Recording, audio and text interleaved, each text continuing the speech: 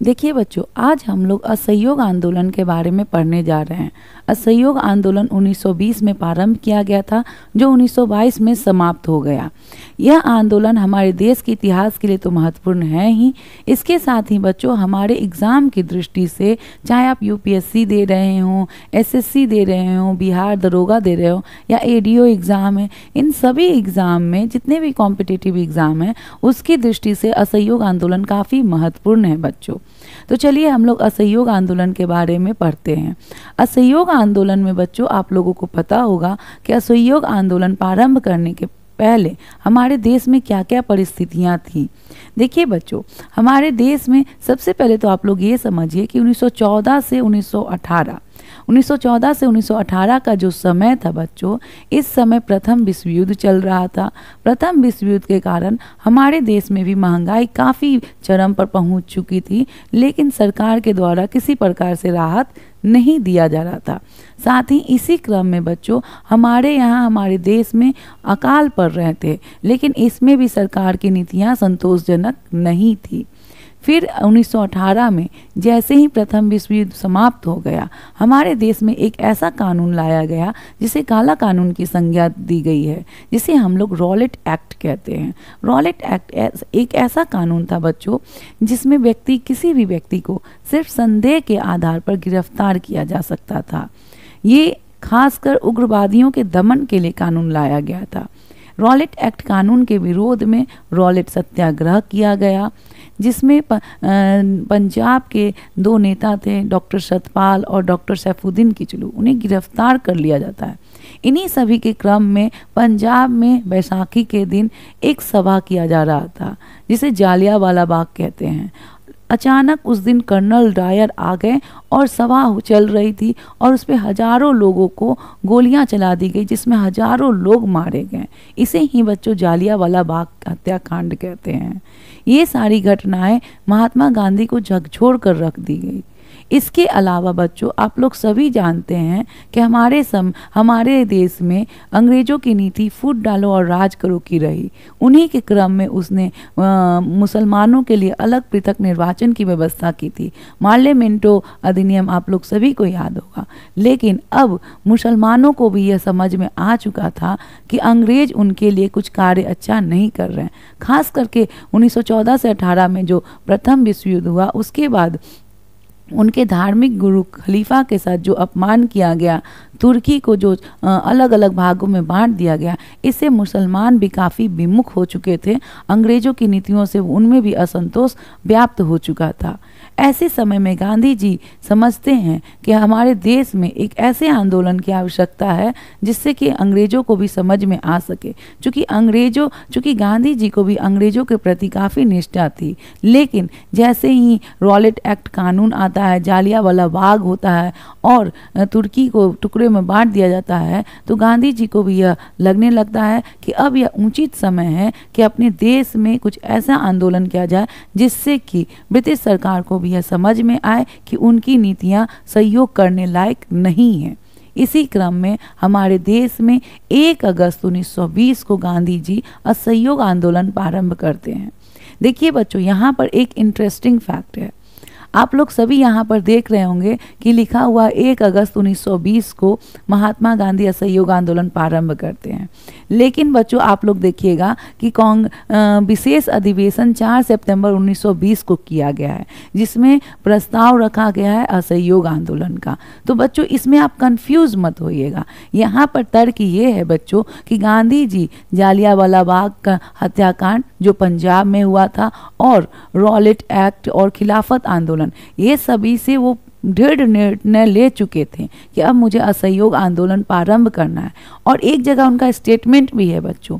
गांधी जी का कहना है कि जिस कार्य में मुझे पूरा भरोसा है कि मुझे यह आंदोलन करना है, तो इसके लिए मुझे अनुमोदन की आवश्यकता नहीं है। इसके औचित्य को मुझे सिद्ध करके दिखाना है, मुझे राष्ट्र को जागरूक करके दिखाना है। तो यहाँ पर गांधी जी की प्रबल इच्छा शक्ति जाहिर होती है और इसी क्रम में बच्चों वो 1 अगस्त को ही घोषणा कर देते हैं कि हमारे देश में असहयोग आंदोलन प्रारंभ किया जाएगा। और फिर बच्चों चूंकि कांग्रेस के भी वो सदस्य थे और एक संगठन कांग्रेस था जो पूरे देश में कार्य कर रहा था, तो उसके बाद बच्चों कांग्रेस का विशेष अधिवेशन कलकत्ता में बुलाया जाता है। कांग्रेस का विशेष अधिवेशन बच्चों कलकत्ता में बुलाया जाता है और उसमें लाला लाजपत राय की अध्यक्षता में, यहाँ देखिए बच्चों आप लोग यहाँ ध्यान दीजिए, 4 सितंबर 1920 को कांग्रेस का विशेष अधिवेशन कलकत्ता में बुलाया जाता है और उसकी अध्यक्षता कौन करते हैं, तो लाला लाजपत राय करते हैं और वहाँ पर फिर असहयोग आंदोलन को महात्मा गांधी प्रस्तुत करते हैं। लेकिन बच्चों ये ध्यान रखिएगा कि महात्मा गांधी असहयोग आंदोलन प्रारंभ करने की घोषणा 1 अगस्त को ही कर दिए थे और 4 सितंबर को उसका विशेष अधिवेशन में अनुमोदन किया जाता है। और फिर कांग्रेस की वार्षिक बैठक आपको दिसंबर में उस समय होती थी, तो फिर दिसंबर में कांग्रेस का नागपुर अधिवेशन होता है जिसकी अध्यक्षता विजय राघवाचार्य करते हैं। और विजय राघवाचार्य जब करते हैं उस समय तक हमारा असहयोग आंदोलन काफ़ी व्यापक हो चुका था, सभी लोग इसमें जुड़ चुके थे। तो फिर कांग्रेस के सभी सदस्यों ने नागपुर अधिवेशन में असहयोग आंदोलन को चलाने की पुष्टि कर दी थी, अनुमोदन कर दी थी। तो यहाँ पर भी बच्चों आप लोगों को 2-3 फैक्ट याद रखना है। 1 अगस्त 1920 को गांधी जी ने घोषणा की थी। विशेष अधिवेशन कांग्रेस का लाला लाजपत राय की अध्यक्षता में किया गया था 1920 में कलकत्ता में, और वार्षिक अधिवेशन नागपुर में हुआ था जिसकी अध्यक्षता विजय राघवाचार्य करते हैं। ये जो भी बच्चों आप लोग पढ़े हैं ये सभी बच्चों ये आपका राष्ट्रीय आंदोलन से संदर्भ है, ठीक है। लेकिन बच्चों आप लोग ध्यान दीजिए कि हम लोग बिहार के इतिहास को कंप्लीट करा रहे हैं और आप लोग का बिहार से संबंधित जो भी फैक्ट है उसको यहाँ पर रखा गया है। बच्चों आप लोग सभी को पता है कि असहयोग आंदोलन में रचनात्मक कार्यक्रम चल रहे थे। इसमें था कि चरखा चलाना है, हम लोग को अपने राष्ट्रीय विद्यालय की स्थापना करना है, अपने राष्ट्रीयता पे बल देना है। साथ ही बहिष्कार आंदोलन था जिसमें कि विदेशी वस्तुओं का हमें बहिष्कार करना है। तो इसके कार्यक्रम बच्चों सभी जगह एक ही चल रहे थे। हम लोगों को यहाँ बिहार के संदर्भ में मुख्य रूप से असहयोग आंदोलन पढ़ रहे हैं, तो चलिए हम लोग बिहार के जो मुख्य नेता थे उनके बारे में पढ़ेंगे और बिहार के एग्ज़ाम में जो स्पेशल आते हैं उसके बारे में हम लोग पढ़ेंगे बच्चों।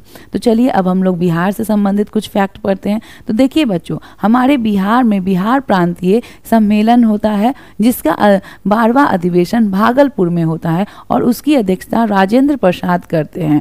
और कहा जाता है कि राजेंद्र प्रसाद काफ़ी हिंदी में काफ़ी उत्साहवर्धक भाषण देते हैं, असहयोग आंदोलन के बारे में बताते हैं लोगों को, जिससे काफ़ी जागरूकता होती है और लोग इससे जुड़ने के लिए तैयार हो जाते हैं।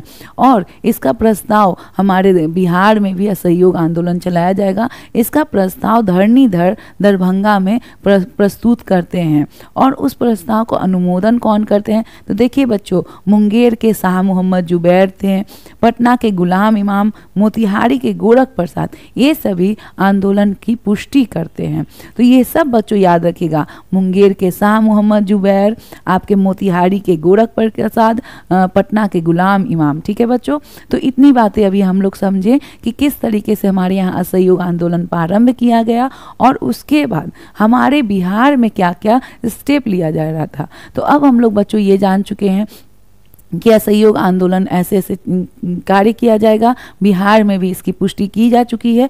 अब असहयोग आंदोलन के जो भी कार्यक्रम थे उसको व्यवहारिक रूप से धरातल पर लाने के लिए, कैसे धरातल पर लाया जाए उसके लिए एक योजना समिति बना जिसमें कौन कौन सदस्य थे, तो शाह मोहम्मद जुबैर, राजेंद्र प्रसाद और मजहरुल हक। देखिए बच्चों ये सब काफ़ी इंपॉर्टेंट है, ये सब का आप शॉर्ट नोट्स स्क्रीनशॉट ले लीजिए और सबका आप शॉर्ट नोट्स बना लीजिए और सब याद रखिए।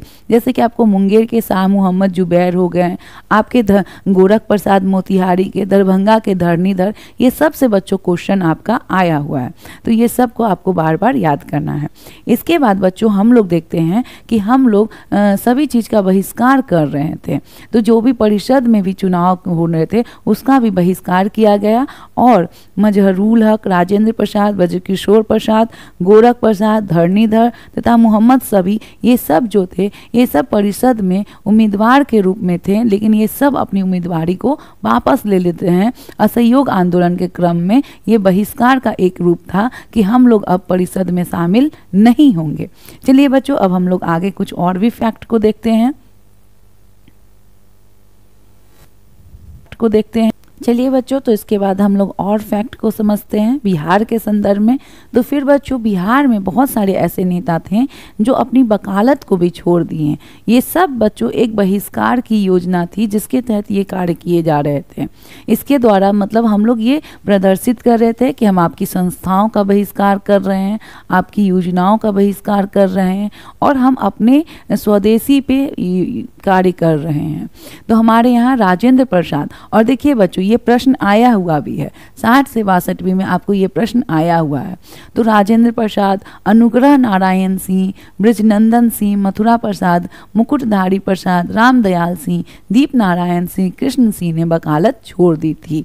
ऐसे ही बच्चों छपरा के अवैतनिक दंडाधिकारी जो थे उन्होंने भी अपने पद से त्याग पत्र दे दिया था। इसके अलावा बच्चों आप लोग देखिएगा कि फिर हमारे यहाँ इसके साथ साथ और क्या क्या होता है। तो हमारे यहाँ बच्चों नशाबंदी आंदोलन, नवंबर 1920 में बच्चों नशाबंदी आंदोलन भी चलता है। तो जब गांधी जी हमारे यहाँ यात्रा करने आते हैं बच्चों, तो हमारे यहाँ देखिए शराबबंदी आंदोलन भी चलता है।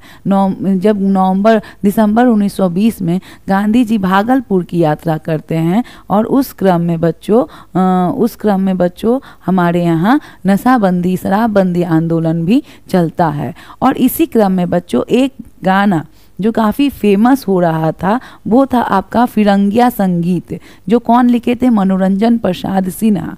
कहा जाता है कि फिरंगिया संगीत गा गा कर लोगों में उत्साह भरा जा रहा था, जन भागीदारी को बढ़ाया जा रहा था। होता है ना कि जैसे हम लोग जय हिंद बोलते हैं और जैसे ही हम जय हिंद बोलते हैं हमारे अंदर लगता है कि कुछ पावर आ गया है, उत्साह हो जाता है। उसी तरीके से बच्चों संगीत के माध्यम से भी जागरूकता फैलाने का कार्य किया जा रहा था। इसके बाद बच्चों देखिए राहुल साकृत्यायन बहुत बड़े साहित्यकार थे। ये कहाँ सक्रिय थे? असहयोग आंदोलन के दौरान बिहार में, तो वो छपरा में सक्रिय थे। और ये भी बच्चों देखिए 56 से 59 में प्रश्न आया हुआ है। इसके बाद बच्चों हम लोग देखते हैं कि इसी दौरान बच्चों हमारे यहाँ जब असहयोग आंदोलन चल रहा था तो इसी दौरान बच्चों पटना में सदाकत आश्रम की स्थापना मजहरूल हक के द्वारा किया गया था। कहा जाता है कि खैरू मियाँ नाम के एक व्यक्ति थे जिन्होंने जमीन दान किया था और उसी जमीन पे मजहरूल हक ने सदाकत आश्रम की स्थापना की थी। तो बच्चों ये प्रश्न आ सकता है कि सदाकत आश्रम की स्थापना पटना में किस आंदोलन के दौरान की गई थी? तो असहयोग आंदोलन के दौरान की गई थी। और यहीं से मजहरूल हक के द्वारा द मदरलैंड नामक पत्रिका का प्रकाशन किया जाता था, जो 30 सितंबर 1921 से इस पत्रिका का प्रकाशन किया गया था। और इसके माध्यम से भी जन भावना को जगाया जा रहा था, जागरूकता फैलाई जा रही थी, अधिक से अधिक लोगों की भागीदारी को बढ़ाई जा रही थी। इसके बाद बच्चों हम लोग देखते हैं कि हम लोग बहिष्कार कर रहे हैं तो इसके साथ साथ रचनात्मक कार्यक्रम भी तो होना चाहिए था। अगर हम लोग स्कूल को त्याग रहे हैं तो उसके विकल्प के रूप में भी तो कुछ खड़ा होना चाहिए। तो इसी क्रम में बच्चों पूरे देश में स्कूल की स्थापना की जा रही थी, कॉलेज की स्थापना की जा रही थी। तो हमारे यहाँ भी बच्चों बिहार में भी बिहार राष्ट्रीय महाविद्यालय की स्थापना राजेंद्र प्रसाद और मोहम्मद फजलुर रहमान के द्वारा स्थापित किया गया था 5 जनवरी 1921 को, जिसके प्राचार्य राजेंद्र प्रसाद बने थे। और इसी में ये एक बहुत बड़ा महाविद्यालय था और इसी में बिहार विद्यापीठ की भी स्थापना की गई थी। और ये सब का उद्घाटन कौन करते हैं? तो 6 फरवरी 1921 को हमारे नेता महात्मा गांधी जी आते हैं और वो करते हैं। और फिर बिहार विद्यापीठ के बच्चों देखिए कुलपति कौन बनते हैं? तो मजहरूल हक। और उप कुलपति कौन बनते हैं? तो उप कुलपति ब्रजकिशोर प्रसाद प्रसाद बनते हैं। ठीक है बच्चों, तो ये सभी को फैक्ट को याद रखिएगा कि किस तरीके से हमारे यहाँ सदाकत आश्रम की स्थापना हुई, किस तरीके से हमारे यहाँ शराबबंदी आंदोलन भी चला सहयोग आंदोलन के दौरान, और उसी तरीके से हमारे यहाँ बिहार विद्यापीठ की भी स्थापना हुई। इसी तरीके से बच्चों बिहार कांग्रेस वर्किंग कमेटी की बैठक होती है और उसमें भी बच्चों पटना के सदाकत आश्रम में, और उसमें कौमी सेवक दल की भी स्थापना की जाती है। और इसके द्वारा कौमी सेवक दल का क्या कार्य था बच्चों, तो इनका कार्य था कि बिहार में शांति स्थापित करना है, हिंदू मुस्लिम में एकता स्थापित करना है। असहयोग आंदोलन तो चल रहा था लेकिन कहीं से भी हिंसा ना हो, क्योंकि गांधी जी सत्य और अहिंसा पे चलने वाले व्यक्ति थे और ये गांधी जी के द्वारा हमारे देश में यह आंदोलन चल रहा था। और आप लोग सभी जानते हैं कि जैसे ही ये आंदोलन अहिंसा से हिंसा की ओर जाता है, गांधी जी क्या डिसीजन लेते हैं। तो पहले हम लोग थोड़ा सा और फैक्ट पढ़ लेते हैं बच्चों, फिर इसके बाद बच्चों कुछ बच्चे थे जैसे कि पटना लॉ कॉलेज के सैयद मोहम्मद शेर, बिहार नेशनल कॉलेज के अब्दुल बारी या अब्दुल बारी और मोहम्मद साकी, पटना कॉलेज के जयप्रकाश नारायण, इन सभी ने अपने कॉलेज को छोड़ दिया था। कहा जाता है कि जयप्रकाश नारायण के कुछ दिन में परीक्षा भी होने वाला था लेकिन इन्होंने अपने स्कूल को छोड़ दिया। लॉ कॉलेज से सैयद मोहम्मद शेर, बिहार नेशनल कॉलेज से अब्दुल बारी, मोहम्मद साकी, पटना कॉलेज से जयप्रकाश नारायण। और देखिए बच्चों 60 से 62वीं में ये प्रश्न आया हुआ भी है। और इन सभी ने अपने कॉलेज की पढ़ाई को छोड़कर असहयोग आंदोलन में शामिल हो जाते हैं। इसी क्रम में बच्चों एक ब्रिटेन से राजकुमार की भारत यात्रा होती है और उनका भी जगह जगह पर विरोध किया जाता है। इसी क्रम में वो पटना भी आते हैं और पटना में भी सावित्री देवी के नेतृत्व में विद्रोह किया जाता है। तो देखिए बच्चों सावित्री देवी, सरला देवी, ये सब आप लोगों को याद रखना है आपके एग्जाम की दृष्टि से, स्पेशली बिहार के फैक्ट की दृष्टि से ये सब काफ़ी इंपॉर्टेंट है। इसी तरीके से बच्चों बिहार विद्यार्थी परिषद की अध्यक्षता हजारीबाग में सरला देवी करती हैं और इसमें भी राजकुमार जो आते हैं उनके आगमन का विरोध किया जाता है, काला झंडा दिखाया जाता है। तो इस प्रकार बच्चों हमारे बिहार में असहयोग आंदोलन के दौरान कौन कौन नेतृत्व करता थे जिसके बारे में आप लोग पढ़ें। दी मदरलैंड पत्रिका, मजहरुल हक, सदाकत आश्रम, राजेंद्र प्रसाद, आपके जयप्रकाश नारायण, ये सभी काफ़ी महत्वपूर्ण हैं। सबको आप लोग बार बार याद करिए, ये सब का नोट्स बना लीजिए और ये सबको 3-4 बार दोहराइएगा तो आपको याद हो जाएगा। इसके बाद बच्चों हम लोगों को जानना है कि असहयोग आंदोलन का फिर क्या होता है। तो बच्चों असहयोग आंदोलन फिर आपको 5 फरवरी 1922 को एक ऐसी घटना घटती है, बहुत सारी किताबों में बच्चों 4 फरवरी भी दिया होता है। तो एक ऐसी घटना घटती है बच्चों जिसे आप लोग चौरी चौरा कांड कहते हैं, जिसमें हमारी जो अहिंसा के मानने वाले, अहिंसा को जो सबसे ऊंचा स्थान दिए थे महात्मा गांधी, वो जब हिंसक घटना के बारे में जानते हैं कि 5 फरवरी 1922 को हमारे कुछ लोगों के द्वारा जाकर पुलिस स्टेशन में आग लगा दी जाती है जिसमें कुछ अधिकारी जो होते हैं उनकी मृत्यु हो जाती है। जैसे ही यह सूचना महात्मा गांधी को पता चलता है, वो कांग्रेस वर्किंग कमेटी के में 12 फरवरी 1922 को ये घोषणा कर देते हैं कि अब असहयोग आंदोलन स्थगित किया जाता है। और जैसे ही बच्चों असहयोग आंदोलन स्थगित की सूचना सभी हमारे नेता लोग को प्राप्त होता है, सभी महात्मा गांधी की आलोचना करते हैं, निंदा करते हैं। लेकिन बच्चों देखिए असहयोग आंदोलन, जो भी आंदोलन महात्मा गांधी ने चलाया, उनका एक आइडियोलॉजी था, वो सत्य और अहिंसा के मार्ग पर चलते थे। और कहीं पर भी अगर हिंसक घटना हो गई और अगर उसको नज़रअंदाज करके वो आंदोलन को आगे बढ़ाते, तो आगे आप लोग देखिएगा सविनय अवज्ञा आंदोलन और भारत छोड़ो आंदोलन, जिसमें कि जो अनुशासन उन्होंने स्थापित किया वो स्थापित नहीं हो पाता। तो ये इस आंदोलन का मूल्यांकन भी होता है बच्चों। तो इस तरीके से बच्चों हम लोग असहयोग आंदोलन के बारे में पढ़ते हैं, जिसमें हम लोग मुख्य रूप से अभी बिहार के संदर्भ में असहयोग आंदोलन पढ़े हैं। आप लोग कमेंट कीजिएगा तो मैं असहयोग आंदोलन मॉडर्न हिस्ट्री के भी आप लोग को पढ़ा दूंगी, और उसमें गांधी जी के और भी इंटरेस्टिंग जो वक्तव्य देते हैं उन सभी के बारे में मैं चर्चा करूंगी। तो वीडियो पसंद आए तो लाइक करिए, शेयर कीजिए, सब्सक्राइब कीजिए।